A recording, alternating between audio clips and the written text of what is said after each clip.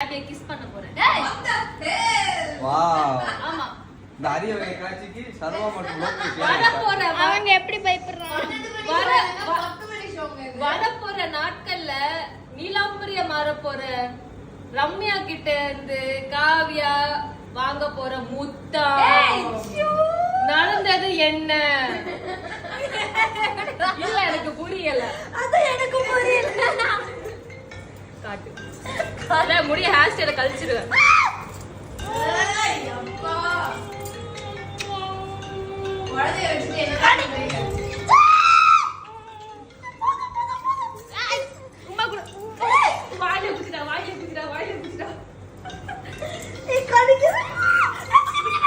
Hair style கூட காது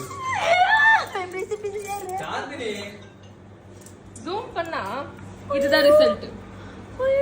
கண்ணத்தை காட்டுங்க.